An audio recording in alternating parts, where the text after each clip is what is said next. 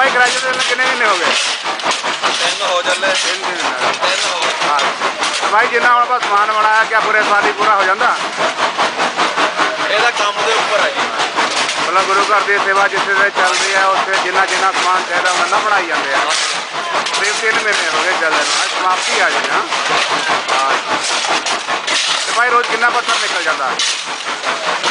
13 ਗੱਡੀਆਂ ਫੜ ਕੇ ਚੱਲੋ। 13 गड्डियाँ रोज निकल जाती हैं। मतलब गुरु घर जिन्नी सेवा चल रही है कि इन्ना पत्थर अपन साल करीब साल निकल जाता है। ਹਾਂਜੀ ਸਾਲ ਮਸਾਂ ਹੀ ਨਿਕਲਦਾ ਜੀ। ਬਾਕੀ ਕੰਮ ਦੇ ਉੱਪਰ ਇਹਨਾਂ ਦਾ। अच्छा मतलब जिन्नी सेवा बढ़ती घटती गई उन्ना समान बढ़ता चला जाता।